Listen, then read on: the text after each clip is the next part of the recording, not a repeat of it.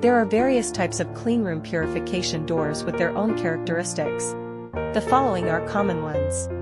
1. Stainless steel purification door.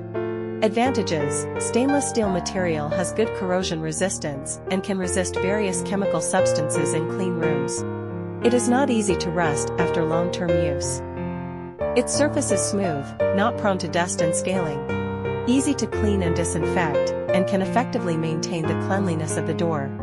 At the same time, stainless steel material has high strength, and the door body is sturdy and durable, capable of withstanding frequent switch operations and collision friction in daily use. 2. Steel purification door. Advantages: steel purification doors have high strength, stable structure, and can provide good safety and protection. Specially treated steel surfaces can have certain corrosion resistance and rust prevention properties, and can be subjected to various surface treatments as needed, such as painting, spraying, etc., to meet different appearance and cleanliness requirements. 3. Color steel plate purification door. Advantages: color steel plates have the characteristics of low cost, lightweight, and rich colors. The production process of color steel plate purification door is relatively simple, which can be quickly manufactured and installed.